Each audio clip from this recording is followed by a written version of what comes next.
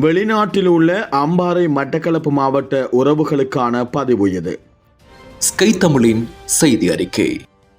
ஊரின் தற்போதைய நிலவரங்கள் தொடர்பில் பலரும் பல கேள்விகளை கேட்டதற்கிணங்க இந்த பதிவை வழங்குகின்றோம். நேற்றும் இன்றும் வானிலை சீராக உள்ளது. நேற்றை விட இன்று கடல் கொந்தளிப்பு சீராக உள்ளது. மழை பதிவாகவில்லை. இருந்தாலும் அவ்வப்போது மழை பெய்வதற்கான சாத்தியம் காணப்படுகிறது. இருப்பினும் அனைத்து மக்களும் பாதுகாப்பாக உள்ளனர். வாவியின் நீர்மட்டம் அதிகரிப்பினாலும் வெள்ளத்தினாலும் வீசிய காற்றினாலும் பல்வேறு வீடுகள் பாதிக்கப்பட்ட மக்களை தவிர ஏனையவர்கள் வளமைக்கு திரும்பியுள்ளனர்.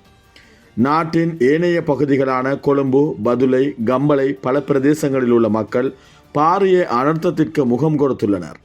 இதுவரை பலர் உயிரிழந்துள்ளதாகவும் பலர் காணாமல் போயுள்ளதாகவும் தகவல்கள் கிடைக்கின்றன. அம்மக்களுக்கான மீட்பு பணிகள் மற்றும் நடவடிக்கைகள் முன்னெடுக்கப்பட்டு வருகின்றது. அம்மக்களுக்காக நாம் அனைவரும் பிரார்த்தித்துக் கொள்வோம்.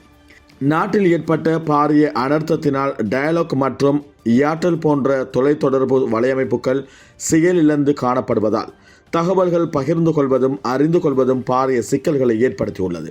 இருப்பினும் மொபிடெல் மற்றும் ஹஜ் ஆகிய வலையமைப்புகள் சீராக சேவைகளை வழங்குகின்றன. இது எவ்வாறாக இருந்தாலும் எல்லாம் வல்ல இறைவன் நம் அனைவரையும் பாதுகாப்பானாக.